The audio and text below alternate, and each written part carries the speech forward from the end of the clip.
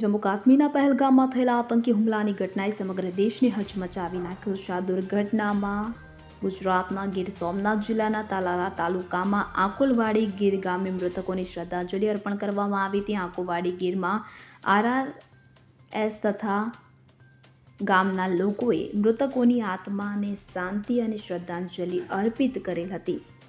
તેમાં ગામના અગ્રણી ડોક્ટર હડિયા સાહેબ અધ્યક્ષની આગેવાનીમાં શ્રદ્ધાંજલિ કાર્યક્રમ યોજાયો હતો. કાર્યક્રમમાં ઉપસ્થિત લોકોએ આતંકવાદી હુમલામાં જીવ ગુમાવનાર લોકોના આત્માની શાંતિ માટે પ્રાર્થના કરી હતી. સાથે જ તેમણે આ હુમલામાં સામેલ આતંકવાદીઓને કડકમાં કડક સજા આપવાની માંગ કરી હતી.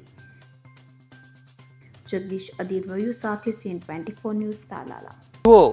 દેશ દુનિયાની તમામ ખબરો તમારી આંગળીના ટેરવે. ઉઠાવો મોબાઈલ અને Google Play Store પરથી ડાઉનલોડ કરો અમારી CN24 ન્યૂઝ મોબાઈલ એપ.